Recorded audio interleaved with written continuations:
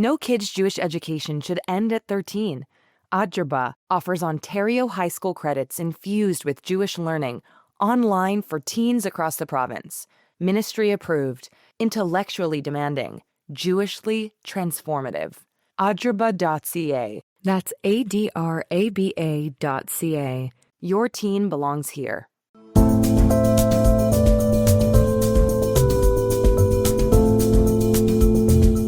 For many Canadian Jews who grew up feeling secure here, the idea of needing a plan B never crossed their minds. It was unthinkable, something their grandparents understood all too well before the Holocaust. But since October 7th, that conversation has begun to surface, not in public speeches and not in dramatic announcements, but quietly in Jewish homes across the country, also at town halls and on Zooms. Some families are scouting moves to Florida, despite the political climate and immigration hurdles in the U.S. Others are traveling to Panama to explore buying property, just in case, where permanent residency is more easily attainable. Real estate agents and immigration lawyers in Israel report new inquiries, and communities in the U.S. and Israel are now marketing directly to Canadians, including the campaign encouraging Jews to relocate to Tulsa, Oklahoma. But is this the beginning of a demographic shift, or is it a psychological response to rising anti-Semitism and uncertainty, a rupture in confidence about the future of Jewish life in Canada, which is prompting Jewish Canadians to look for a contingency plan? There was no anti-Semitism. I just never experienced it. Everything was great. And then one day you wake up and you say, like, where am I? And you don't recognize where you are anymore. And you're having to look over your shoulder. You're having to watch what you say. You're having to hush. First of all, Plan B isn't really it's not what I'm calling it. I'm calling it an escape hatch. I'm calling it insurance. And I'm calling it prudent management of our family and their future. I'm Ellen Besner, and this is what Jewish Canada sounds like for Monday, February 23rd, 2026. Welcome to North Star, the flagship podcast of the Canadian Jewish News, made possible thanks to the generous support of the Ira Gluskin and Maxine Granofsky-Gluskin Charitable Foundation. In recent months, I've been hearing this conversation about Plan B more often than I have in decades. The last time it surfaced widely was when the Parti Québécois came to power in the 1970s in Quebec, and tens of thousands of Montreal Jews moved down the 401 to Toronto. But this moment feels different. The conversation is different. Since October 7th and the surge in anti-Semitism in this country, the phrase Plan B keeps surfacing. But to leave Canada, it isn't a story about mass migration, it's about something quieter. For some Canadian Jews, the rise in anti-Semitic incident that followed has shaken their long-held confidence. Not enough to pack up, not yet, but enough to start asking questions. And for some families, those questions are leading to very specific places. You'll hear several interviews today. Later, you'll hear from a Toronto lawyer who bought property in Panama, and from a Canadian-born immigration lawyer in Boca Raton who says she's fielding increasing inquiries. But first, I met Aryeh Snitman and his wife Heather, a retired teacher, literally at the Air Canada check-in counter in Fort Lauderdale Airport a few weeks ago. I was coming home from visiting family, and the Thornhill couple had just spent a week exploring South Florida. They checked out both coasts with an eye to moving. The couple has 3 adult daughters.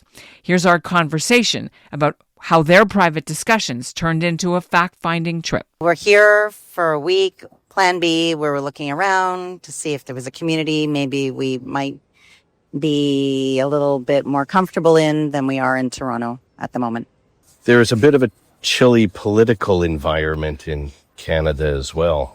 I think Heather would agree with me. Absolutely. In that description. Agree. And then something changed in Canada in the last, I would say, decade. Okay?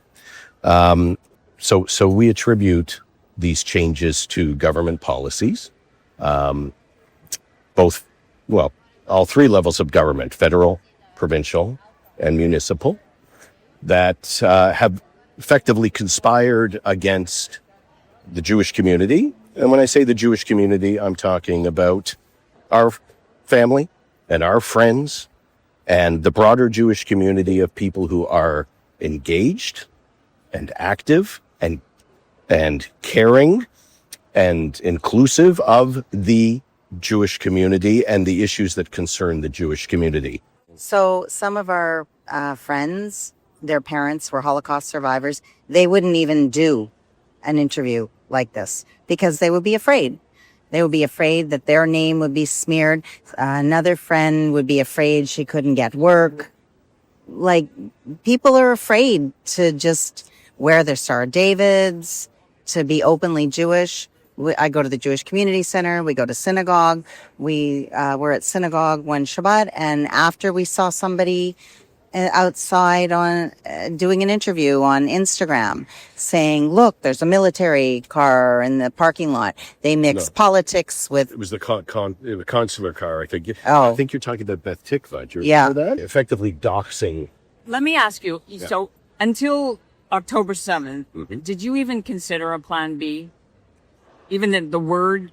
Okay. Did it ever come up in your conversation? So no. First of all, Plan B isn't really my. That's not what I'm calling it. I'm calling it I'm calling it an escape hatch. I'm calling it insurance, and I'm calling it prudent management of our family and their future. Okay, so we do have grown children, and hopefully one day maybe grandchildren, and we want to do what we can. We want to do what we can to help ensure their long-term freedoms, liberties, the right to go to Jewish schools, the right to go to synagogue, yes, the long-term, right to go to a Well, we Jewish have the community right. center. long-term Canada, legally, opportunity. but- Now we do. You think this is this sort of Well, they talked about. 1939 all over? I don't know. People They talked about not allowing kosher killing in Canada at one point. What's next? Circumcision? So in 1939, a lot of people, it was a systemic governmental thing. And many Holocaust survivors have this trigger trauma that we're here and living it over again, where our mezuzahs are being taken down, or, they're ripping our mezuzahs. The government isn't taking the mezuzahs down. Okay, so in that respect, the parallels with 1938, 1939 are overblown. They're hyperbolic. However, Yes. we are entitled to the trauma because it's incumbent upon us to learn from history. And while the government today is not advocating anti-Jewish measures, the three levels of government today are not Stopping it. they're not sufficiently deterring those who are actively engaged in acts of intimidation against the Jewish community, whether it's at the JCC, where the police, they answer to the municipal government, they refuse to intervene against the people who would want to do us harm, or at the very least intimidate us, and go into the JCC and rough up the Jews. Instead, they'll go and arrest a counter protester because, the police are there to keep the peace. We can't have Jews, interfering with protesters just exercising their freedom of speech. This is not a freedom of speech. This is an abuse of the freedoms that we have in Canada in order to undermine those very freedoms. Okay? Okay. Also, we were told that we live in a post-national state, and what... Said that. Trudeau. Let me ask you on some practical terms on the ground. So you've started to literally investigate places. Tell me some of the things you've done. We're here in Florida now, and we went to a couple of different communities on the East Coast to see if maybe we'd be happy here. We also went to the Gulf Coast Yeah. for a day. We met some lovely people. Alligator Alley. Yeah, that was my first time crossing the Everglades. So this is all, Ellen, this is all investigative at this point. These are things that we're considering, we're looking into, we're doing what we call our due diligence, right? Because, we can only make a rational decision if we collect enough information. And so So what did you think what were you looking for when down here? Like to move full time or to become American, pack up and leave? What? Right now, we don't know.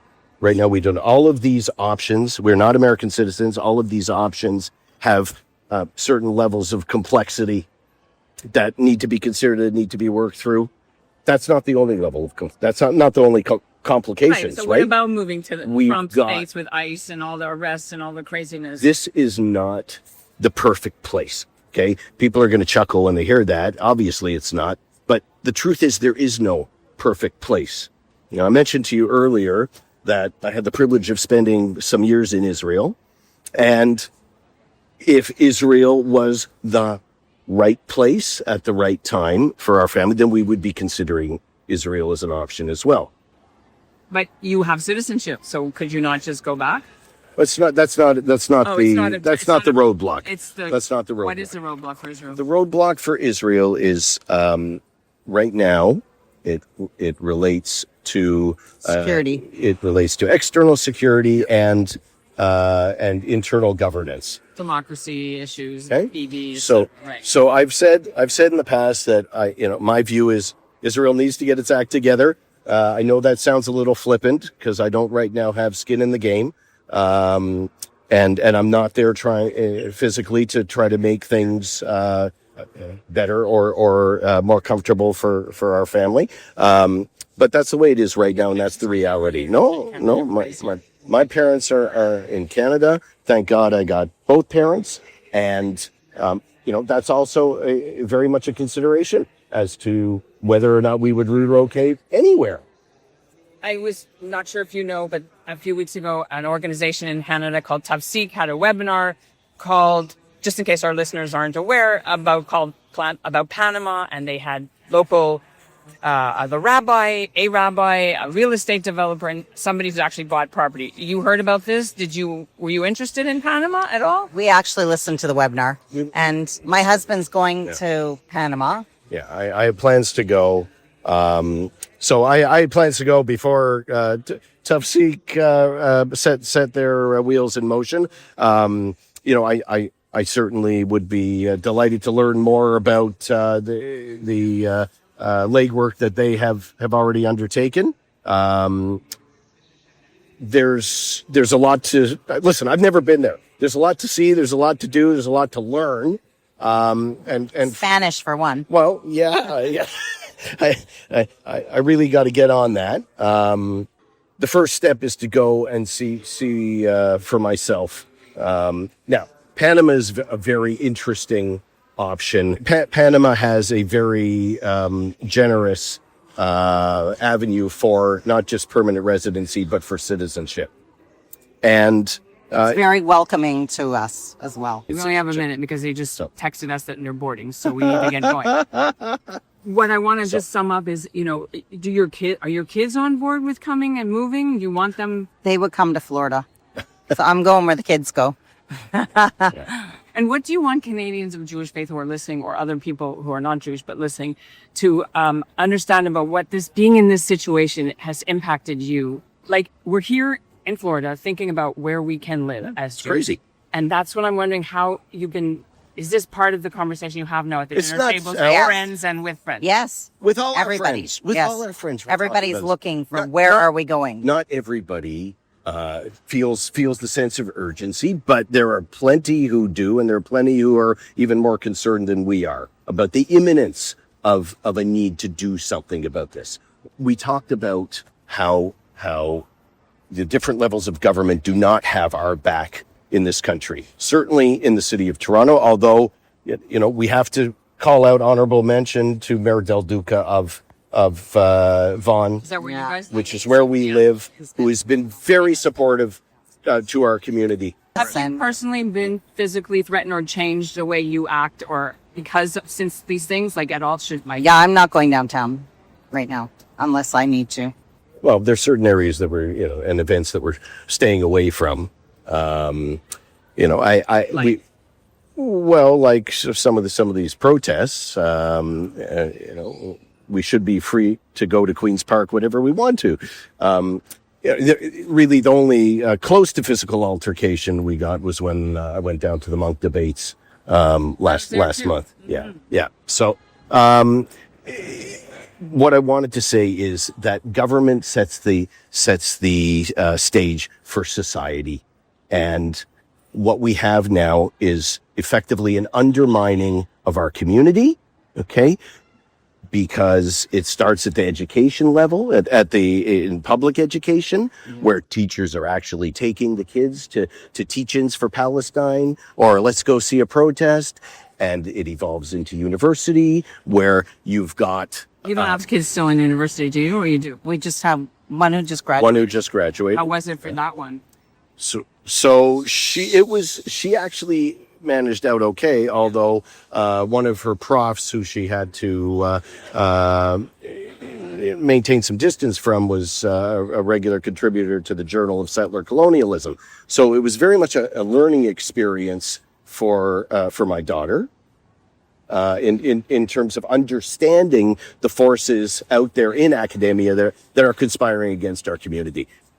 She's graduated. But she No, lived with 6 other non-Jewish girls, and they did Shabbat. They put up Chanukia. I bought them gingerbread house for Hanukkah.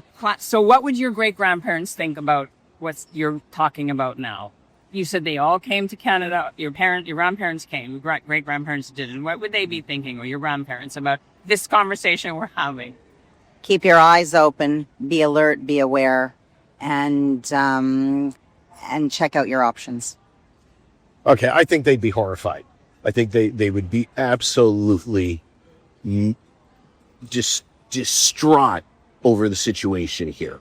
Okay, now it could always be worse. All right, I don't want to overdo this. There are lots of people here who continue to be perfectly comfortable, but I don't want to live in a Jewish community that has to go under armed guard. Like, put it this way. Where are you going that they're not? Well, okay, so we're not going to London, England. We're not going to Manchester, Berlin, Paris, Australia. Okay? So Florida has guards too. Yeah, Everywhere. everywhere. So what timeline do you see for your family? Is it like imminent, 2 years, a year, more? We don't know. We're still doing legwork. really, Maybe never. You've run into us at the airport at the end of our very first investigative trip, and Heather and I are going to have to sit and talk, get on the same page, maybe, hopefully. And That's it more than you do, I guess. and then No, Heather wants it, but You want it more. he wants Panama. well, I want to consider our options and make an informed and hopefully an intelligent decision.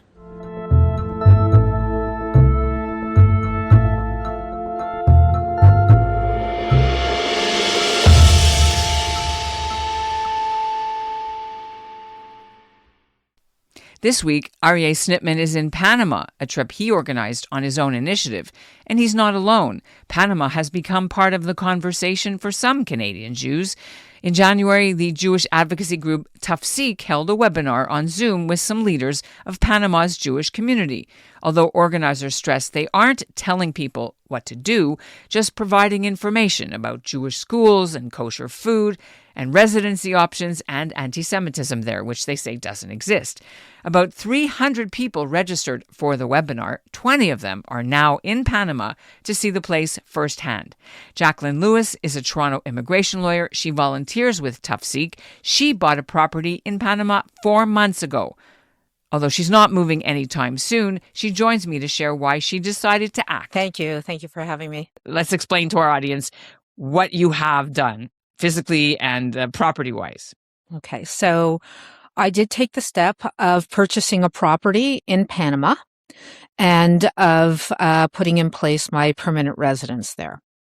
So my permanent residence should be coming through in the next week or so, and I have a place that I've now visited a couple of times. So describe, what is it, like a home? This is going to be a vacation home. This is going to be a refuge. What is in your family's mind why you did this? So my reasoning was that I wanted a place that would substitute as a vacation home, but I could also use as a permanent residence if required at some point in time. Right now I'm fully engaged in the fight against anti-Semitism, so I don't have the immediate intention of moving to Panama. I'm committed to staying and fighting and helping whoever I can. But I also wanted to be in a position where I had a backup, a plan B. And I also was in a position where I knew enough about the country, about the alternatives, and about the process for getting status there so that I could help people do that if need be. I looked at least 30 different countries and, of course, the cost, because not everybody can afford to go to Israel. And that's a big issue. So out of all Would the that places— have been, let me interrupt, that would have been your first choice? It certainly would have been a serious consideration, and not everybody can afford to go. So I was looking for an alternative to that. And there were some alternatives, but I picked what I considered after a lot of research to be the best one. If you're looking at purchasing something, obviously Israel's going to be very expensive. Even a one-bedroom condominium in a place like Tel Aviv can cost you into the millions of dollars. I purchased, to give you an example, I couldn't decide whether I wanted to live on the beach or I wanted to live in the city. And healthcare is something that's important to us, right? I mean, we want healthcare. We want great schools for our kids. So if you live on the beach, there's more limited health care. There are American schools, and this is about an hour and 20 minutes outside of Panama City. But in Panama City, there's actually 5 Jewish schools, and there's state-of-the-art healthcare. I mean, I think that, we're in a dysfunctional relationship with this country right now. I think that I grew up here. I was born in Toronto, and healthcare was great. Our dollar exceeded the U.S. dollar. Our economy was booming. We believed in the veracity of what politicians had to say. There was no anti-Semitism. I just never experienced it. Everything was great. And then one day you wake up and you say, where am I? And you don't recognize where you are anymore. And you're having to look over your shoulder. You're having to watch what you say. You're having to hush, hush. And I think this is the direction things are moving in. And I find it scary. And at the very least, I'm hoping I'm going to have a nice vacation home. And that cost me $360,000 US, which comparatively for a 1,350 square foot, 2-bedroom, 2-bathroom place in an absolute luxury building right on the beach with every amenity is really inexpensive. You mentioned 30 different countries. A lot of people are looking at the United States, especially Florida, or, where there's large Jewish communities. But was the opportunity to become a permanent resident there what sort of sold you on it too? Because it's hard to get into the States right? You have all There these are no green real card issues. opportunities for permanent residence in the United States. People are selling opportunities to move there, but the opportunities are based on a business visa where you start a business. I'm quite familiar with all of this as I'm an immigration lawyer. So you start a business there, and then that would give you the right to work there for 5 years. It does not give you any residency, permanent or temporary residency option. It's based on your ability to work there. And people have different models, but there's no clear pathway to any kind of permanent residency. And then, my mother, her whole family is American. I feel very at home in the United States. We had a place in Florida growing up. I spent a lot of time there. Florida would be a natural option for me. But what happens when DeSantis' term is up? What happens, when Trump's term is up? Are we going to have a Democratic president there? Are we going, we just elected, we didn't, but they elected a Democratic mayor in Miami and immediately started to see a surge in anti-Semitism. So I just don't know that the United States is that far behind Canada. There's no perfect place. You're going to deal with something wherever you go. Israel's a certain kind of lifestyle, but then it offers so many benefits for Jewish people.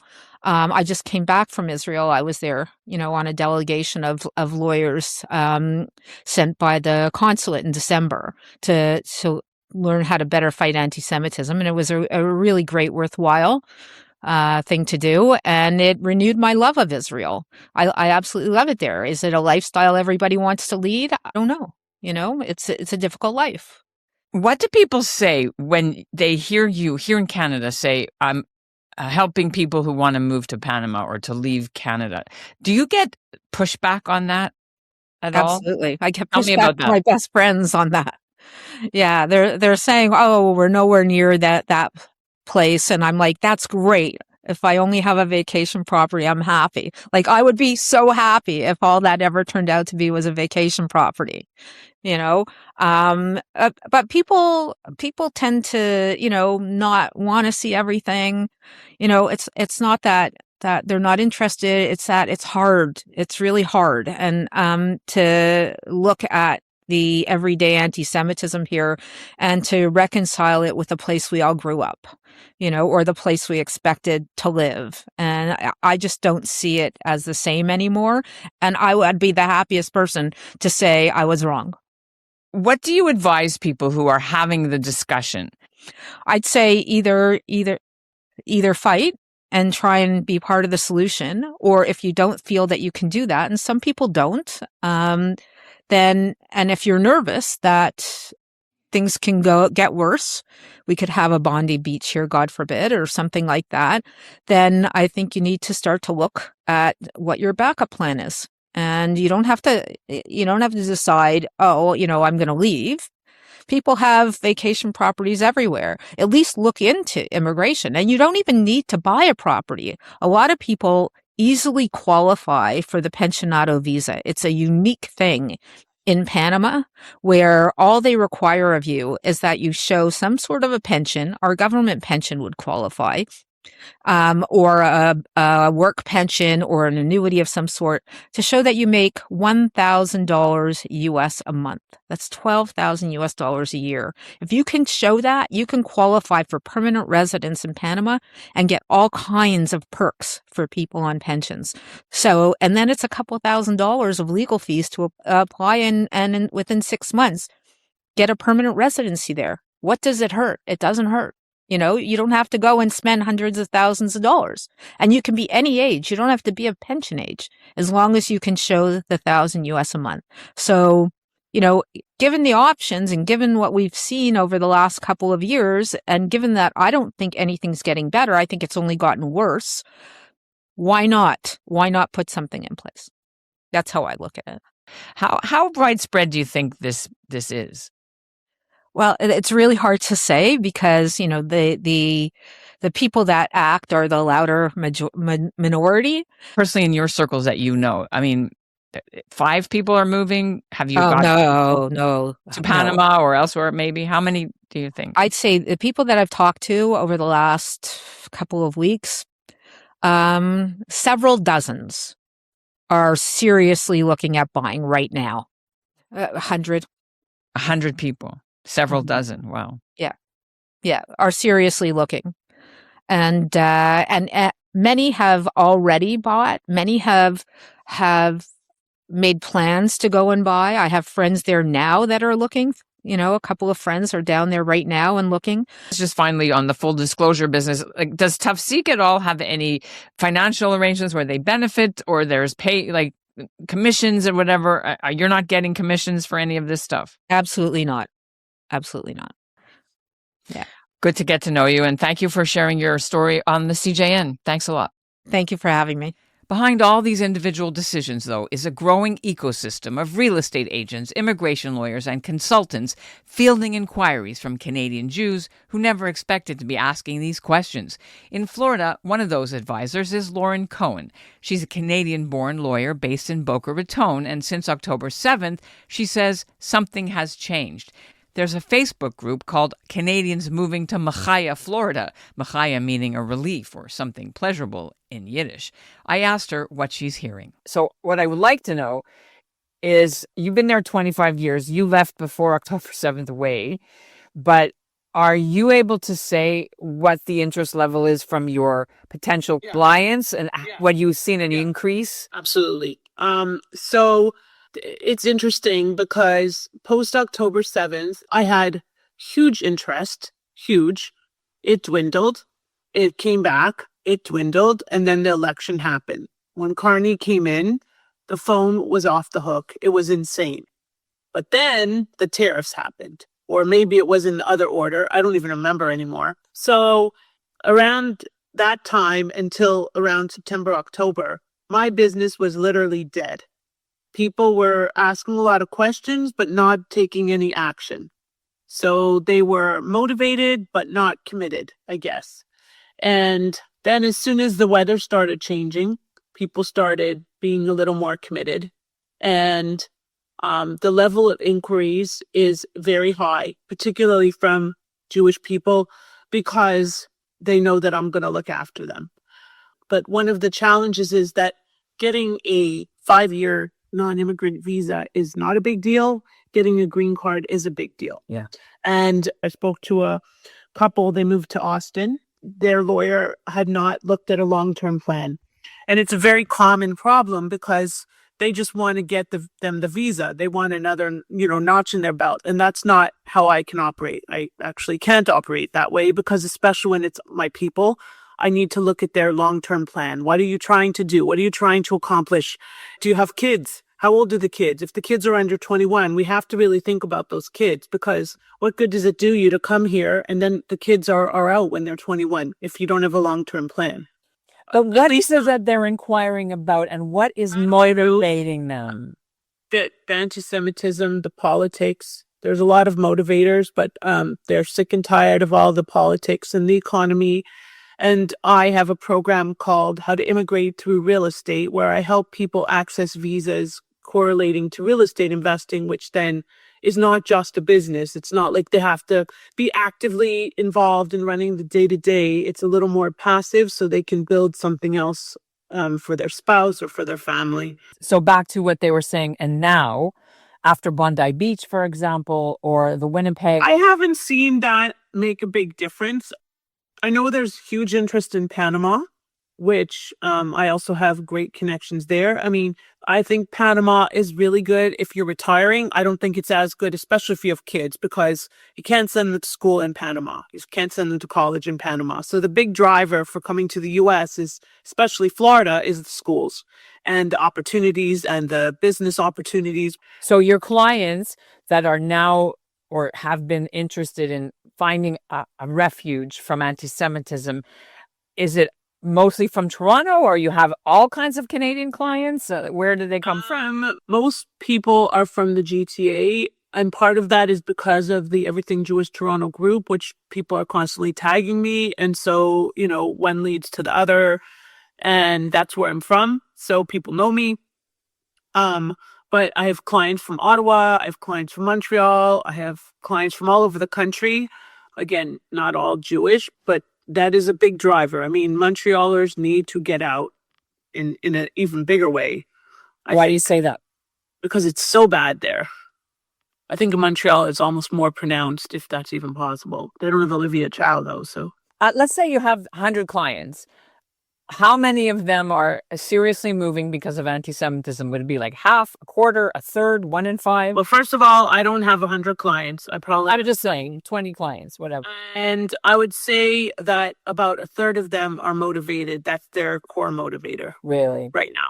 Mm-hmm. But, moving to the States, it also has drawbacks because it's great to be Jewish. It's an easy Jewish life. It's a beautiful Jewish life. Well, it is, but it's not always. I mean, you're not in like New York. I wouldn't be moving to New York. No, Florida, I'm saying. Florida seems to be like the golden Resina now. Yeah, exactly. It's the alternate aliyah, and they do have to weigh that out. But Trump is not going to be here forever.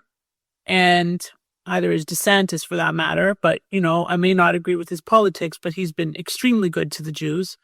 The problem is a lot of people, Canadians, are small c conservative, and they overanalyze things. And the analysis paralysis could stop them from having the opportunity, because the realities on this side of the border are changing constantly too, as are the rules, as are the requirements.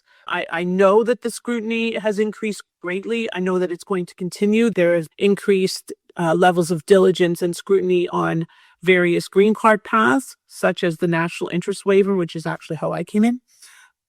Like 2 weeks ago, 3 weeks ago, he imposed visa bans on immigrant visas from 75 countries. Like these changes happen, and there's such sweeping changes, and we have no way to anticipate what they're going to be. What are the advantages, do you think, for Canadians who are worried about anti-Semitism to move to South Florida or Florida, period? Because it breaks my heart to see what's going on, because I did a little video. I'll share these videos with you because I think they'll be helpful. I called it Lech L'Tulsa, Florida, because you probably heard about that guy who moved to Tulsa from Vancouver, Michael Sachs. And he created this thing, Lech L'Tulsa. And listen, if I'm a Jew moving from Toronto, I ain't moving to Tulsa. And somebody said to me, why don't you have that? Or why don't you offer that in Boca? Because we don't need to. I pray. My son was born here, and he's a freshman in high school. And people are desperate to come to schools in Florida because it's safe. And the Parkland shooting, but we won't go there. It is a factor. It's a reality. A lot of people here, even staunch Democrats, have guns. Listen, it's not Israel. Okay? It's never going to be Israel. But if you can't go to Israel, to me, this is the next best place. There are so many advantages. It is easy to be a Jew. I would not wear this around the Toronto area. And I have this from the Iron Dome, which my son got me for my first gift ever that he bought me on his own. He's 15. It's a Magen David with Chai. With a Chai on top, yeah. And has a piece of the Iron Dome in here. And even the lady from Ottawa saw me this morning wearing this. She goes, you wouldn't wear that in Toronto. I go, probably not. Here, thank God, I don't ever want to take it for granted, but it's an easy place to be Jewish. So there's 600,000 Jews in Florida, okay? It ain't going anywhere, and we won't let it. Could you count the number of Canadians who you've actually helped make the decision to move and have come out since October 7th? Would there be like 10, 5? I would say probably 10, but it's growing, and the interest is definitely up. Those numbers are going to be much, much higher. The number of people I see that have come into Boca, especially because that's where I am, I have a WhatsApp group for ex-GTA people that are in South Florida. But the number of Canadians that I see here is unprecedented for sure. Snowbirds is a different story than people. This is people that have children that are relocating permanently, that are finding, it's especially the ones with the kids that are like young teens, that they don't want to go to schools in Canada, that they don't want to expose them to that level of anti-Semitism, which is a real concern. And they're coming here because they are seeking safety. They are seeking alternative aliyah because you can't all move to Israel for whatever reasons. And it's far. Here they can drive here. If God forbid something happens and they need to be with their parents that are in Toronto still, they can go. The parents can come for 6 months. They can't really go to Israel if they can't travel. So there's a lot of driving factors that bring people here. And my number one goal is to bring them here with a path, with a journey, with a strategy, because I do not want to bring them here and have them come to me 4 years from now and say, now what? Now what? And that's what Jewish Canada sounded like for this episode of North Star, made possible thanks to the generous support of the Ira Gluskin and Maxine Gronowski-Gluskin Charitable Foundation. If this Plan B question has entered your home, or you think it shouldn't have, we want to hear from you. You can write to me directly at info@thecjn.ca. That's info@thecjn.ca. If this episode resonates with you, please share it with somebody who's having these conversations too. Our show is produced by Zachary Judah Kaufman, Michael Freeman's the executive producer, and Alicia Richler is our editorial director. Brett Higgins composed our theme. You can find out more about Panama, Florida, and our guests by going to the links I put for you in our show notes. Thanks for listening.